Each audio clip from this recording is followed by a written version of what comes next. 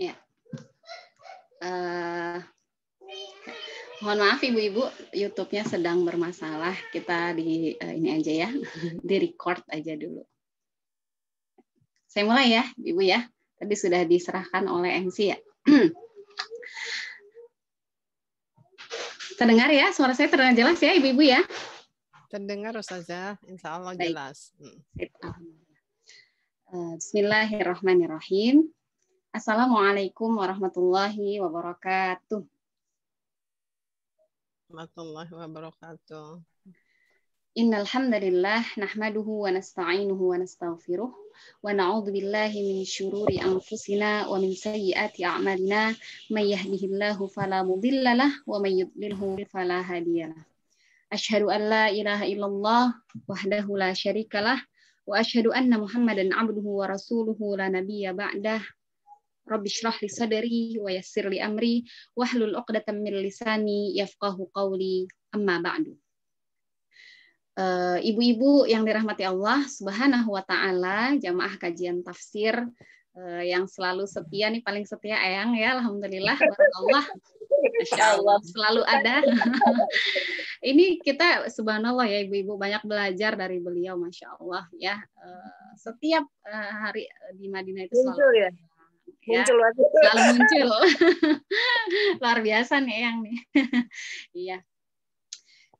Alhamdulillah, ummahat fillah wa akhwati fillah rahimakumullah. Puji syukur kehadirat Allah Subhanahu wa taala atas curahan nikmat, rahmat dan karunia-Nya yang tiada hingga ya.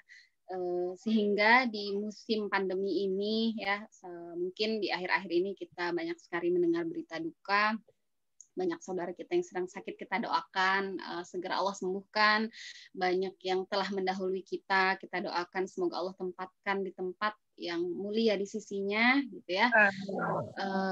Maka ibu-ibu yang dirahmati Allah, mungkin kita tersadar gitu ya. Baru kita tuh sepertinya seakan baru tersadar bahwa di musim pandemi ini betapa nikmat Allah, diantaranya selama ini kita menikmati bisa menghirup oksigen gratis gitu ya, udara segar, itu adalah nikmat yang luar biasa tiada tara yang sering kita luput dan lalai darinya. Kemudian nikmat bertemu saudara-saudara, ya Allah, kangen nggak coba deh Bu? Kangen banget ya, pengen ketemu offline gitu rasanya. Nikmatnya kita bertemu saudara, bersalaman, berpelukan, duduk dalam satu majelis, itu adalah suatu nikmat yang luar biasa yang kadang kita luput bahkan lalai darinya ya. Kemudian nikmatnya bisa menikmati jalan-jalan, menikmati indahnya pemandangan alam, itu pun adalah bagian dari nikmat Allah yang sungguh sangat luar biasa yang kita seringkali lalai darinya ya. Mudah-mudahan dengan Allah kirimkan, Allah takdirkan pandemi ini, semakin kita tersadar dan semakin kita mendekatkan diri kepada Allah Subhanahu wa taala. Salawat dan salam semoga selalu tercurah limpah kepada qudwah hasanah kita Rasulullah sallallahu alaihi wasallam. Allahumma shalli ala Muhammad wa ala ali Muhammad. Ibu-ibu yang dirahmati oleh Allah Subhanahu wa taala, insyaallah sore ini saya berkesempatan kita akan melanjutkan kajian tafsir pekanan kita ya, 2 pekan sekali. Sore ini kita akan sama-sama mengkaji surat Abasa, masih dalam juz 30 ya. Yang surat ini merupakan salah satu surat Makkiyah. Apa itu surat Makkiyah? Di Mekah. Nah, kita sering mendengarnya mungkin surat Makkiyah itu surat yang turun di Mekah ya, padahal tidak mesti. Jadi surat Makkiyah itu disebut surat Makkiyah karena surat yang turun sebelum Rasulullah hijrah ke Madinah. Meskipun tidak harus dan tidak mesti turunnya itu di Mekah gitu, tapi disebutnya dengan Makkiyah. Sementara yang disebut dengan surat Madaniyah adalah surat yang turun setelah Rasulullah hijrah ke Madinah. Ya. Nah, surat ini termasuk ke dalam golongan surat Makkiyah, terdiri dari 42 ayat, namun insya Allah sore ini kita akan mengkaji sampai dengan ayat 23 dulu ya, 23. Yang mudah-mudahan Allah beri kesempatan lagi untuk melanjutkan berikutnya, sampai berikutnya.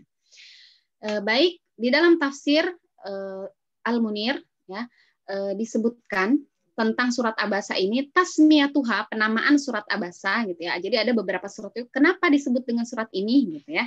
Nah, tasmiyatuha Disebut dengan surat Abasa, sumiyat surah Abasa liftitahiha bihadzal wasf al-basyari. Ya, karena disebut Abasa itu diawali surat ini dengan kata abasa wa tawalla, yang artinya apa Abasa? Muka masam. Ini kita banget, saya banget sih, ngajak-ngajak ya.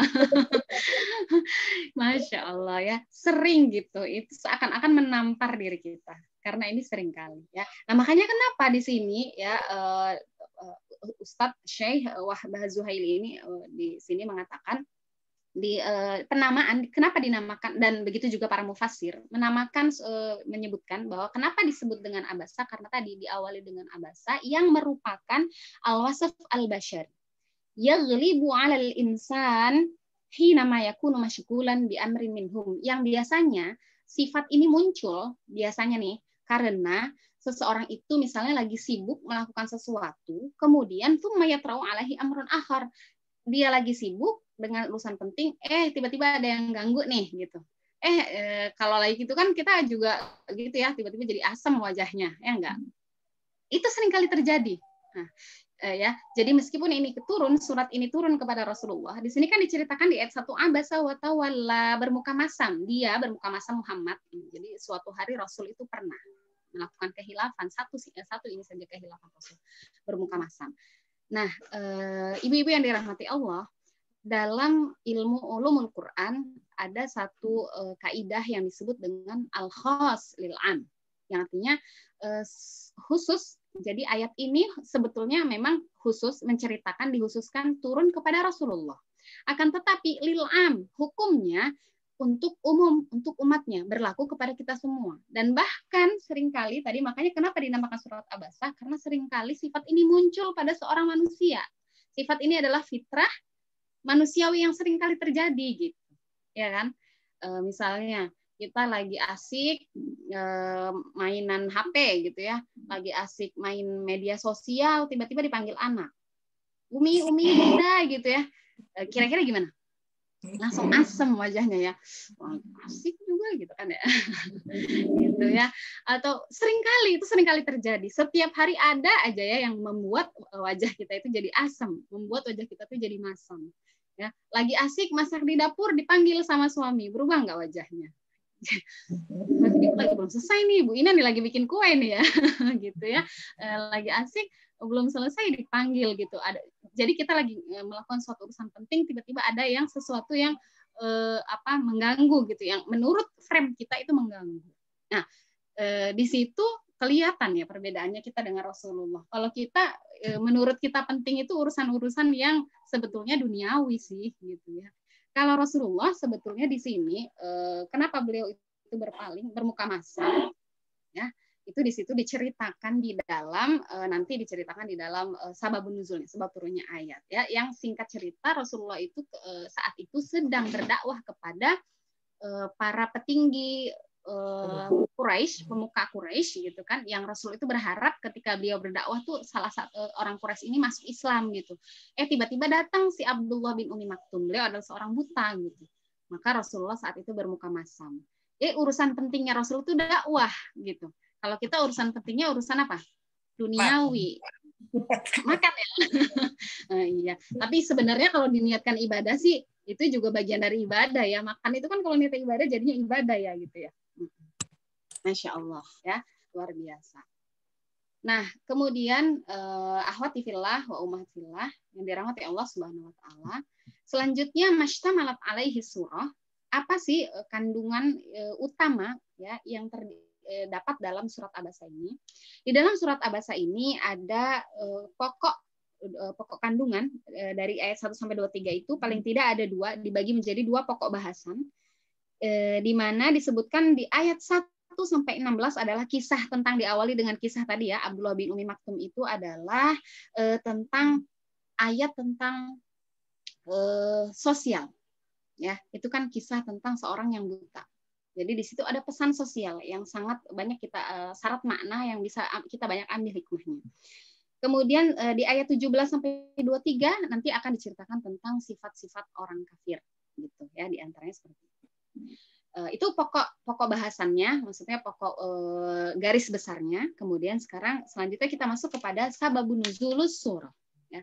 Sebab turunnya surat Abasa ini, ya.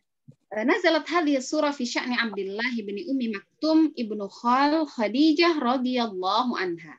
Nah, jadi surat ini Ibu turun kepada Abdullah bin Ummi Maktum, yang sebetulnya beliau itu masih termasuk anak apa tadi disebut kan Ibnu Khal, anak paman. Khal itu paman ya, anak pamannya Khadijah. Berarti sebetulnya masih bersaudara ya dengan Rasulullah, dengan Khadijah. Ya, wa yuqal, ada yang mengatakan riwayat lain mengatakan namanya adalah Amr bin Qais. Jadi ada yang mengatakan Abdullah, ada yang mengatakan nama aslinya adalah Amr bin Qais. Nah, wahada asyhar wa ismu Ummu Maktum Atikah binti Amir. Sedangkan Ummu Maktum itu juga kalau orang Arab itu kan kebanyakan pakai julukan-julukan ya. Ummu Maktum itu bukan nama asli, tapi nama aslinya adalah Atikah binti Amir. Nah, ceritanya sababun nuzul ini berkaitan dengan kisah yang tadi sekilas sudah saya sebutkan. Intinya suatu hari Abdullah bin Ummi Maktum ini datang kepada Rasulullah, yang saat itu Rasulullah inda sonadid Quraisy, sedang berdakwah kepada para pemuka Quraisy. Ya, disebutkan di situ di dalam tafsir diantaranya adalah Utbah wa Syaibah ibn Rabi'ah wa Abu Jahal, ya, ada Utbah, ada Abu Jahal, wa Abbas bin Abdul Muttalib, wa Umayyah bin Khalaf, wal Walid bin Mughirah yad'uhum ilal Islam. Nah, di sini ya, Bu. Jadi Rasul itu saat itu sedang berdakwah, ya. Harapannya Rasul berharap mereka itu bisa masuk Islam karena mereka ini adalah tokoh, kalau kita tuh bilangnya tokoh ya, tokoh masyarakat itu kan punya pengaruh besar ya. Maka Rasul wajar kalau Rasul itu pengen berdakwah, siapa tahu nih mereka tuh dapat hidayah masuk Islam, maka akan memberikan maslahat yang besar. Itu dalam pandangannya Rasulullah ya. Nah, Rasulullah itu kan juga manusia gitu ya. Nah, kemudian lagi sibuk berdakwah gitu, si Abdullah itu datang. Beliau di sini diceritakan adalah orang yang buta. Beliau datang untuk meminta pengajaran, maka saat itu Rasulullah abasa wa tawalla, bermuka masam dan berpaling. Maka setelah itu Allah pun menegur perbuatan Rasulullah. Ya, di sini dikatakan ya, di dalam tafsir ini dikatakan Rasulullah Shallallahu Alaihi Wasallam qata'ahu li kalamihi wa abasa wa arad anhu. Fanazalat hadhil ayah, maka turunlah ayat ini ya. Jadi ayat ini adalah teguran untuk Rasulullah Shallallahu Alaihi Wasallam atas kekhilafan yang beliau lakukan. Nah, kemudian ibu-ibu ya, bisa kita perhatikan di sini ketika Rasul ditegur, setelah adanya turun surat ini, setelah Rasul ditegur ini, apa yang beliau lakukan? Wa yaqulu idza ra'ahu, yaqul, setiap kali Rasul bertemu dengan si orang ini, dengan Abdullah bin Ummi Maktum ini, beliau mengatakan marhaban biman atabani fihi rabbi, ya, marhaban, disambut, dipuji gitu ya. Setiap kali Rasul bertemu dengan Abdullah ini, wahai tadi ya, biman atabani, wahai seseorang yang karenamu Tuhanku menegurku, kata Rasul gitu. Ada apa? Kamu butuh apa? Kamu ingin apa? Dimuliakan gitu ya, dimuliakan oleh Abdullah bin Maktum. Ya. Jadi itu bedanya Rasulullah sama kita nih, Bu. Kalau Rasulullah hilaf satu kali, pengajarannya langsung dari Allah. Nah, ini adalah menunjukkan salah satunya di dalam tafsir itu dijelaskan kenapa sih hilafnya Rasulullah sampai dimasukkan ke dalam ayat Al-Qur'an gitu. Hikmahnya diantaranya adalah raf'u manzil nubuwah, untuk meninggikan kenabian Rasul. Justru ini adalah untuk memberitahukan kepada kita semua bahwa Rasul itu memang Rasul pilihan yang ketika melakukan suatu kehilafan yang menegur langsung Allah ya. Kemudian tidak pernah lagi beliau lakukan itu, bahkan ketika beliau bertemu dengan orang tadi ya, orang yang pernah beliau melakukan kesalahan itu selalu dimuliakan. Ini beda nih sama kita. Kalau kita dengar ayat ini berkali-kali gitu ya, dibaca berkali-kali, udah ngelotok di luar kepala, bebel gitu. Gitu lagi gitu kan, ya. Gitu lagi. Nah, di sini banyak sekali pesan moral, di antaranya adalah tadi ya, persamaan antara yang kaya dan yang miskin. Jadi kita itu tidak membeda-bedakan dalam meskipun di dalam ayat ini adalah tentang berdakwah gitu ya, tapi kita bisa kiaskan dalam segala hal gitu, dalam berbuat baik, dalam berteman, Tidak ada perbedaan, semua di mata Allah itu sama, bahkan ya standar yang Allah katakan mulia di sini di tafsir itu dijelaskan, yang mulia di mata Allah itu yang paling utama adalah keimanannya dulu. Jadi Abdullah bin Umi Maktum itu dia buta tapi dia beriman, maka bagi Allah dia lebih mulia daripada para tokoh-tokoh masyarakat tadi, para pemuka-pemuka Quraisy yang mereka punya jabatan tinggi, yang mereka punya harta lebih, yang mereka sehat fisiknya, tapi mereka belum beriman. Maka di mata Allah yang lebih mulia adalah orang yang fakir, tapi dia itu muslim, dia itu beriman, lebih dahulu beriman daripada mereka. Masya Allah. Ya. Nah, kemudian ibu-ibu yang dirahmati Allah Subhanahu Wa Taala, itu tadi sebab turunnya. Kemudian sekarang kita kupas ya sedikit-sedikit ayat, masuk ke dalam ayatnya dari sisi apa hukum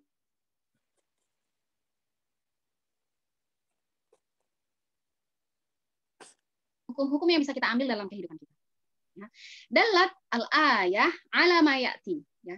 Ayat-ayat di dalam surat Abasa ini memberikan kita pelajaran, di antaranya yang pertama adalah al-ayah aitab minallahi ta'ala li nabiyhi fi i'radihi wa tawallihi an Abdullah ibn Umi Maktum hatta la tankasiru qulubul fuqara. Ya, di sini ada pesan bahwasanya jangan sampai kita itu pernah menyakiti hati orang yang lemah. Ya, menyakiti hati orang yang dia lebih lemah dari kita. Ya, jangan sampai kita itu pernah membeda-bedakan satu dengan yang lain. Di sini banyak sekali hikmah yang bisa kita ambil ya, ibu-ibu yang dirahmati Allah. Jika kita perhatikan di dalam banyak sekali ayat Al-Quran maupun hadis, Allah itu mengajarkan, Allah itu menyebutkan kepada kita, menuntun kepada kita semua umat Muslim, betapa banyak ayat dan hadis itu yang berhubungan tentang hubungan sosial kita kepada orang lain. Jadi kalau kita hidup ya di dunia ini itu kan ada dua ya, ada hablum minallah, ada hablum minannas. Hablum minallah itu hubungan kita dengan Allah, sedangkan hablum minannas adalah hubungan kita dengan sesama manusia. Kalau bicara tentang hablum minallah, hubungan dengan Allah, kita sama-sama tahu bahwasanya Allah itu Ghafur, bahwasanya Allah itu Ghafar, bahwasanya Allah itu Tawwabur Rahim, itu banyak sekali disebutkan di dalam Al-Qur'an. Allah itu Maha Pemaaf. Kalau kita berbuat kesalahan kepada Allah, meskipun kesalahan kita itu sebesar gunung, meskipun kesalahan kita itu sebesar seluas langit, ya kita datang kepada Allah meminta ampunan, maka saat itu juga Allah akan memaafkan dengan ampunan sebesar itu pula. Ya. Jadi gampang gitu ya kalau kita, tapi bukan berarti kita jadi Allah itu maaf, udah nggak apa-apa, maksiat lagi gitu ya, bukan begitu maksudnya ya. Sedangkan ketika kita berbicara hubungan sosial dengan manusia, maka ketika kita melakukan kesalahan kepada manusia itu, seseorang itu tidak mudah memaafkan ya kan, beda gitu ya, tentu sangat beda. Kita adalah makhluk dan Allah itu adalah zat yang kita sembah ya. Maka ketika kita bicara tentang hablum minannas itu, Allah itu sangat memperhatikan bagaimana hubungan sesama manusia. Jangan sampai tadi ya di surat Abasa itu ada pesan, jangan sampai kita menyakiti hati orang yang lebih lemah dari kita. Dan banyak sekali jangan marah, jangan gibah, banyak sekali gitu ya tentang hubungan sosial, tentang kehidupan sosial kita itu diatur sampai sedetil, serinci sekecil pun itu ada aturannya di dalam Islam. Ya. Luar biasa ya, Masya Allah, Subhanallah. Ya, sebagai satu contoh lagi misalnya, kalau kita punya hutang sama Allah nih, kalau dalam fikih, kita belajar dalam fikih, misalnya hutang sholat, kita meninggal masih punya hutang sholat, itu tidak perlu dibayar, ya, asalkan maksudnya meninggalnya itu husnul khotimah ya, di akhirat itu baik, tapi pernah punya hutang, sudah dimaafkan oleh Allah, tidak perlu dibayar kan, tidak bisa dibayar, tidak perlu dibayar oleh orang yang masih hidup. Sementara kalau kita punya hutang dengan manusia, kita meninggal, maka ahli warisnya harus membayar. Hablum minannas. Minannas, kehidupan semuanya sudah di dalam.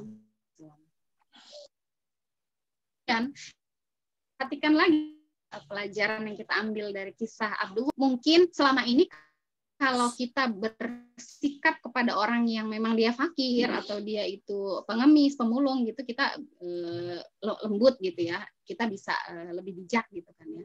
Nah, di sisi lain kita juga bisa mengkiaskan dengan misalnya begini, kita merasa lebih dalam satu hal dari orang lain. Nah, ini yang sering kali terjadi.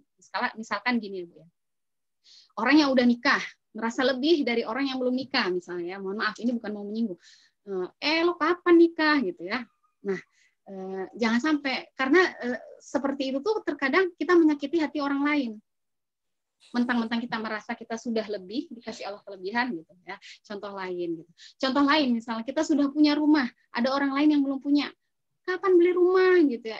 Hal-hal pribadi yang seperti itu kadang-kadang kita sering kali lalai, kita sering kali lupa, kita luput gitu ya. Banyak yang lebih lisan kita, hubungan kita terhadap orang lain.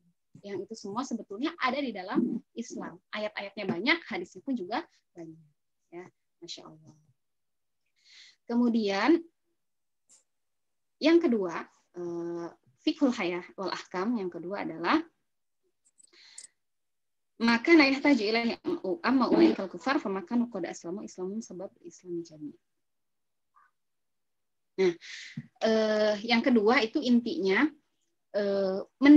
muqaddam li'annal aham muqaddam alal muhim. Kenapa Allah itu menegur Rasulullah? Di sini ada pelajaran yang bisa kita ambil adalah bahwa al-ahammu muqaddam minal muhim.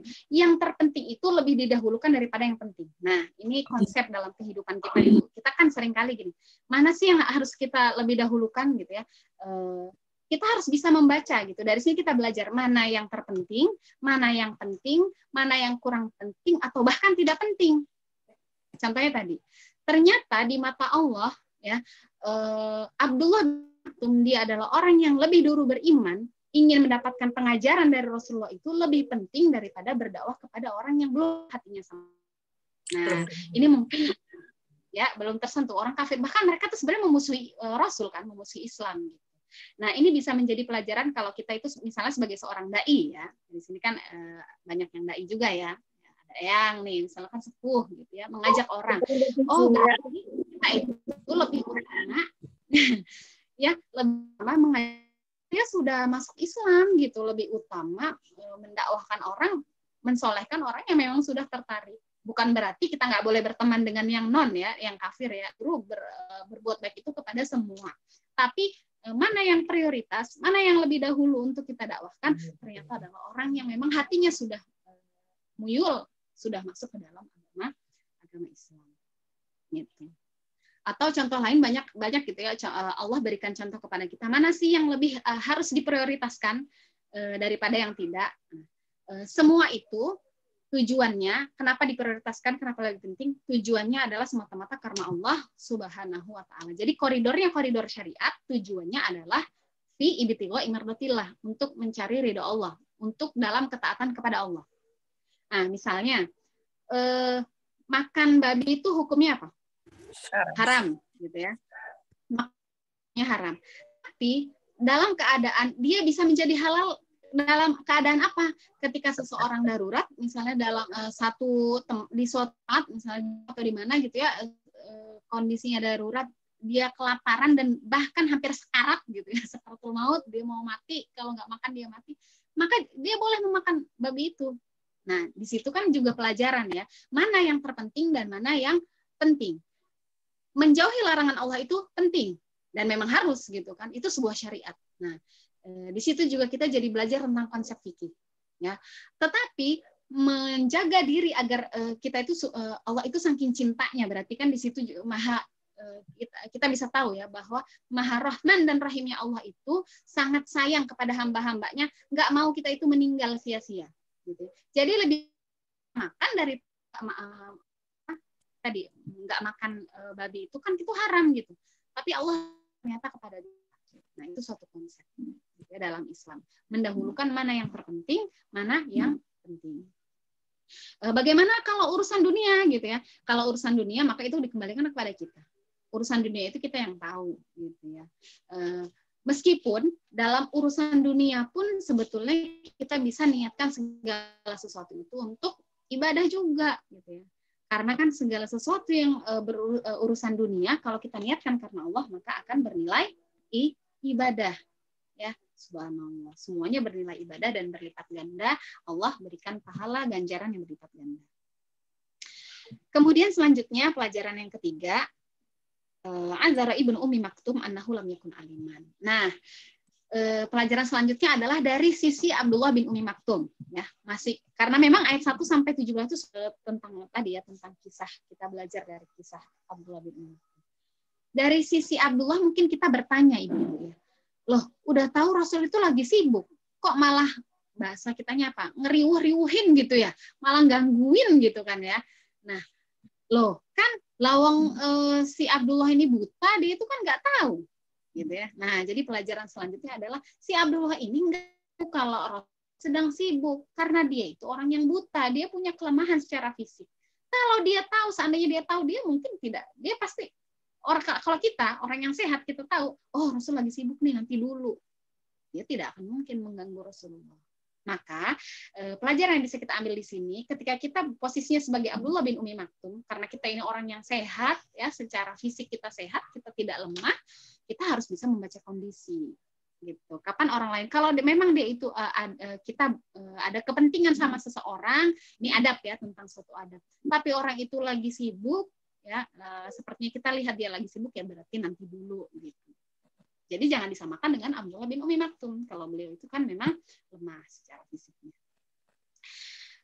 Kemudian pelajaran yang selanjutnya adalah al-ayah dalilun wadih ala wujubil musawah. Nah, ini lagi-lagi diulang-ulang lagi ya. Menunjukkan secara jelas tentang persamaan. Tidak ada perbedaan antara yang kaya dan yang miskin. Antara dia seorang pejabat atau pemulung. Antara dia seorang yang pintar, yang bodoh, bukan bodoh ya, tidak pintar gitu ya. Jadi tidak ada perbedaan, semuanya di mata Allah itu sama, dan yang paling tinggi derajatnya di hadapan Allah adalah orang yang paling bertakwa. Yang beriman. Ya. Yang paling beriman, yang paling bertakwa. Kemudian pelajaran yang selanjutnya, ibu-ibu yang dirahmati Allah, aradallahu taufir juhdi nabiyihi.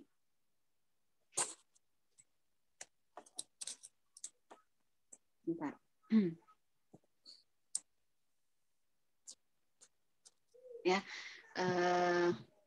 Ya, pelajaran yang selanjutnya adalah tadi tentang mengutamakan dakwah kepada orang yang hatinya sudah condong kepada Islam. Ya, tadi sudah disebutkan. Jadi kalau ada mengajak orang kebaikan itu dimulai dari orang-orang yang memang dia sudah Islam. Semakin kita perbaiki kesolihannya, semakin kita perbaiki keislamannya gitu ya. Kalau orang yang dia belum Islam, dia masih kafir, ya kita cukup menjaga hubungan sosial kita cukup baik saja pada kita. Boleh kita mendoakan, boleh kita berdakwah, tetap kita ajak mereka, tapi yang lebih dahulu adalah orang yang memang sudah masuk Islam. Ya. Itu ibu-ibu pelajaran yang bisa kita ambil dari ayat 1 sampai 16. Ya. Kemudian masuk ke ayat 17. Ya, masih nyimak ya? Insya Allah ya. Masih semangat? Masih ya? Masya Allah. Yang nih selalu semangat ya. Ya. Bismillahirrahmanirrahim. Kita masuk ke ayat 17. Qutilal insanu ma akfarah. Celakalah manusia, alangkah kufurnya dia. Ya. Di sini kalau kita baca ya kutila. Nah, di dalam ilmu balaghah ya, kutila itu disebut kutilal insan itu disebut dengan uslub at-ta'ajjub, uslub lit-ta'ajjub. Jadi di sini pakai uslub ta'ajjub. Ta'ajjub itu artinya apa? Ya takjub gitu ya, heran. Kalau artinya kan tadi celakalah manusia. Jadi Allah itu saking kufurnya manusia, Allah itu sampai heran, sampai takjub. Kok ada orang itu kufur? Kenapa? Nanti ada di ayat selanjutnya. Sampai kufur kayak gitu ya. Padahal Allah, kurang apa sih Maha Rahmannya Allah, Ar-Rahman, Ar-Rahim, Al-Jalal, Zul Jalali wal Ikram gitu ya. Segala sesuatu nikmat yang kita tidak bisa hitung nikmat Allah itu. Kenapa masih ada orang yang kafir gitu ya? Kenapa ada orang yang bebel, ngeyel gitu ya? Jadi di situ kutila. Yang kalau diambil dari asal katanya nih ibu-ibu, kutila itu Kalau ibu-ibu kan udah pada belajar bahasa Arab, tahu ya, kutila dari kata kotala. Apa artinya kotala? Membunuh. Lupa ya. Membunuh. Betul sekali ya. Membunuh. Berarti kalau kutila isi majhul jadi apa? Dibunuh. Fi'il majhul. Dibunuh. Jadi dibunuh, terbunuh ya, terbunuh. Atau bahasa kasarnya gini, kalau ada orang misalnya kita dengar, kalau ibu-ibu di sini sih saya yakin nggak pernah ngomong kayak gitu ya, tapi pasti pernah dengar ada orang, gua doain mati loh gitu misalnya ya. Ya Allah, naudzubillah min dzalik. Ibaratnya kayak gitu, Bu. Kutila, terbunuh, celaka gitu. Berarti Allah itu marah di situ ya. Saking apa? Saking kufurnya manusia itu. Ya, kutilal insanu ma akfara. Ya. Gimana sih kufurnya itu? Ya, kufurnya itu seperti apa? Dijelaskan di ayat berikutnya. Min ayyi syai'in khalaqah. Dari apakah dia menciptakannya? Ya, belum disebutin sih, masih kalau tadi pakai uslub lita'ajub, kemudian berikutnya pakai adatul istifham. Apa tuh istifham? Bertanya. Allah itu di situ bertanya, ya, pertanyaan. Nah, ibu-ibu yang dirahmati Allah, ketika Allah bertanya, apakah Allah itu kalau bertanya karena Allah itu tidak tahu? Tidak. Tidak, tentu tidak, gitu ya. Allah itu Maha tahu. Nah, apa jadi maksud pertanyaan di situ? Apa maksud? Kenapa Allah bertanya min ayyi syai'in khalaqa? Dari apa manusia itu diciptakan? Nah, istifham di sini kalau istilah bahasa Arabnya disebut dengan istifham litaubih. Pertanyaan untuk merendahkan, taubih, untuk menghina, menjelekkan ya. Saking tadi kufurnya manusia. Udah tahu gitu ya, min ayyi syai'in, dari apa sih diciptain? Kok ada orang yang kufur, kok ada orang yang sombong? Min ayyi syai'in khalaqah min nutfatin khalaqahu faqaddarah. Dari setetes mani. Hina nggak, Bu? Ya. Ya, setetes mani kan sesuatu yang hina gitu ya, sesuatu yang kotor kan, mani itu kotor, sesuatu yang kotor, sesuatu yang hina, dia menciptakan lalu menentukannya, ya, diciptakan dari setetes mani, kemudian asalnya, jadi kalau Allah menciptakan pertama kali itu kan manusia itu asalnya dari tanah, jin, setan itu asalnya dari api, malaikat dari cahaya, asalnya juga dari sesuatu yang rendah. Ya, diciptakan tadi dari setetes mani, tapi dia asalnya adalah dari tanah gitu. Tanah itu sesuatu yang rendah, makanya kenapa kita tuh disuruh sujud minimal dalam satu hari itu kita 5 waktu sholat, satu kali sholat berapa kali sujud ya, coba itu ya. Sujud itu kan kita tersungkur ke tanah, bahwa itu mengingatkan kepada kita itu rendah, dan kembalinya juga setelah mati kita ke dalam tanah, hina. Sudah tahu gitu ya, makanya di situ Allah itu pakai istifham. Dari apa sih diciptakan? Udah tahu kamu itu hina gitu ya, dari sesuatu yang hina terciptanya dari setetes mani. Kok ada orang yang kafir? Kok ada orang yang kafir? Ada orang yang membangkang. Nah, ibu-ibu yang dirahmati Allah Subhanahu wa taala, sebetulnya ayat ini ya, kutilal insanu ma akfarah, kalau kita baca di sababun nuzulnya berkaitan dengan seseorang, akhraja Ibnul Munzir an Ikrimah fi qaulihi kutilal insanu ma akfarah qol nazalat fi Utbah bin Abi Lahab. Sebetulnya sebab turunnya kepada seseorang yang namanya itu Utbah bin Abi Lahab, yang dia itu berkata kafartu bi rabbin najm. Aku kafir, aku tidak beriman. Kafir itu asal katanya kafara, menutup diri dari beriman kepada Tuhannya. Intinya dia itu menutup diri, dia tidak mau beriman. Aku kafir kepada bi rabbin najm, Tuhannya bintang gitu ya. Walaupun seperti halnya tadi ya, walaupun ayat ini turun kepada seorang kafir, kepada orang yang kafir, dia itu membangkang, insya Allah, nauzubillah ya, kita semua pasti jauh dari itu. Semua yang hadir di sini adalah orang-orang yang beriman, bahkan orang-orang yang senantiasa berusaha istiqomah gitu ya, jauh dari kekafiran gitu kan. Nah, akan tetapi ya, jangan sampai kalau kita pernah mendengar ada satu perkataan seorang salafus sholih ya, Imam Al-Ghazali itu berkata, betapa sedihnya gitu ya, sungguh menyedihkan ketika seseorang itu membaca Al-Quran, dia membaca ayat tentang kekafiran atau ayat tentang kemunafikan, dia merasa ayat itu ditujukan untuk orang lain, bukan untuk dirinya. Gitu. Itu sungguh menyedihkan. Ini sebetulnya saya bicara untuk diri saya juga ya, untuk kita semua. Gitu. Ya, bukan berarti kita itu ketika kita sudah beriman, ya dari kecil kita sudah beriman, kita sudah kita rajin sholat, kita sudah berusaha amal solih.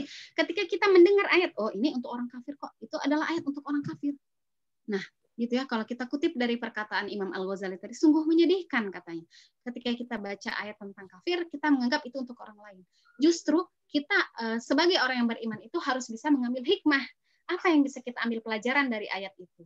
Kenapa Allah sampai marah seperti itu? Ya, naudzubillahi min dzalik, jangan sampai walaupun kita orang yang beriman, kita berusaha jangan sampai di dalam hati kita itu masih ada sedikit rasa kemunafikan, sedikit rasa kafir. Kafir itu luas maknanya ya kan. Tadi kalau diambil dari asal katanya kafara menutup diri. Contohnya, contoh kecil. Nah, mungkin ini yang sering kali kita lakukan. Kelalaian yang sering kita lakukan misalnya kufur nikmat.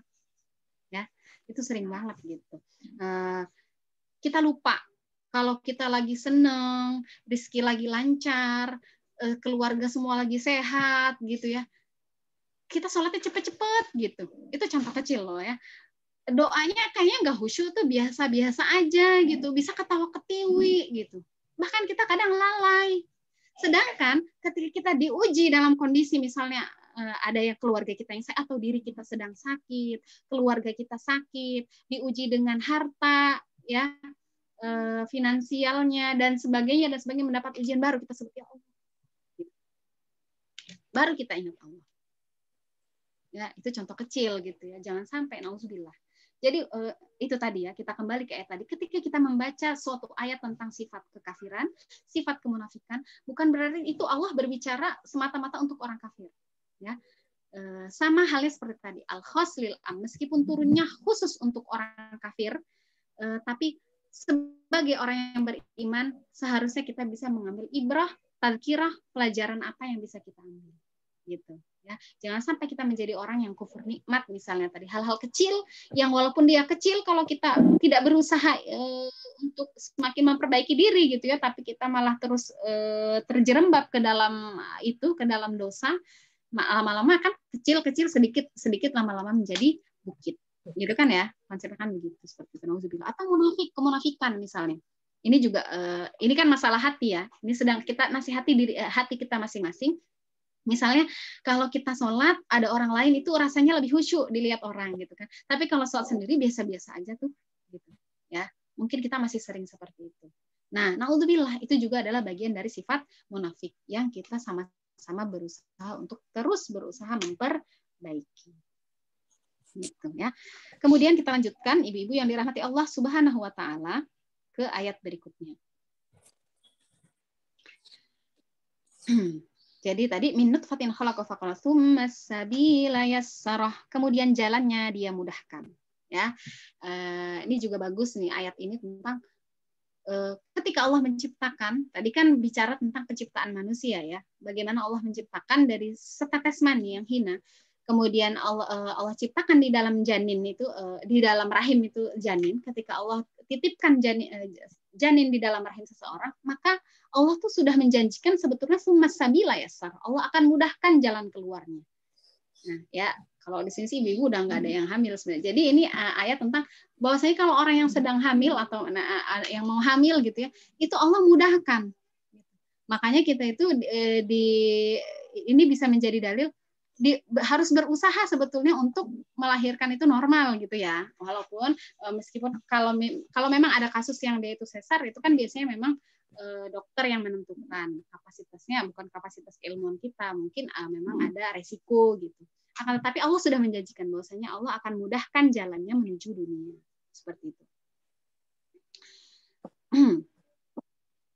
Ya, kita lanjutkan ke berikutnya. Hikmah-hikmah yang bisa kita ambil ya ayat berikutnya sampai ayat 23 ya. Hikmah yang bisa kita ambil dari ayat tadi 17 ya, berarti sekarang ayat 9 ayat 17 sampai 23. Ya. Yang pertama adalah Al-Qur'anul Karim kitabun tadzkirah. Ya, pelajaran yang kita bisa ambil dari ayat 17 sampai 23 adalah Al-Qur'an itu adalah kitab sebagai kitab tazkirah wa mau'izah, sebagai jadi intinya semua isi dalam Al-Qur'an itu adalah tazkirah, nasihat. Makanya kenapa dia itu kalau di ayat sebelumnya itu disifati dengan suhufim mukarramah. Ya, lembaran-lembaran yang dimuliakan, yang ditinggikan, marfu'atin mutahharah bi aidi safarah, yang ada di tangan-tangan para malaikat yang ditinggikan. Para malaikat yang mulia. Ya. Kemudian selanjutnya, pelajaran selanjutnya,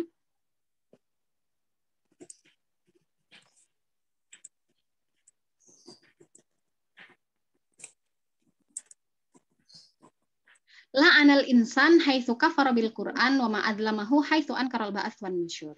Ya.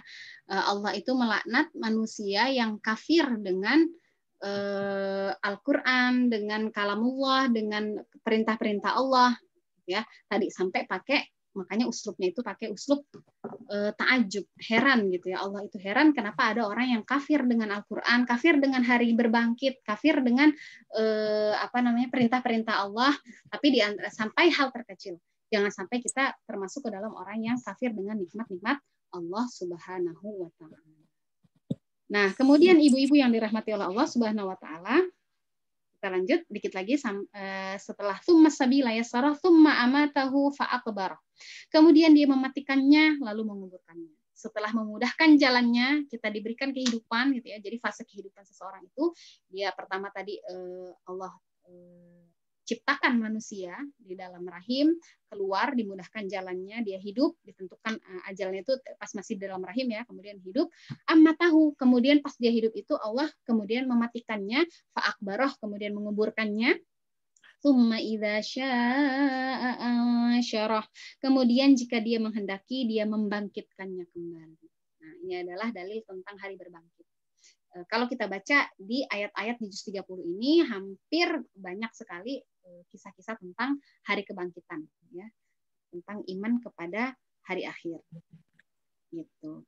Dan kemudian selanjutnya tsumma idza syaa'a ansyarah kalla lamma yaqdi ma amarah.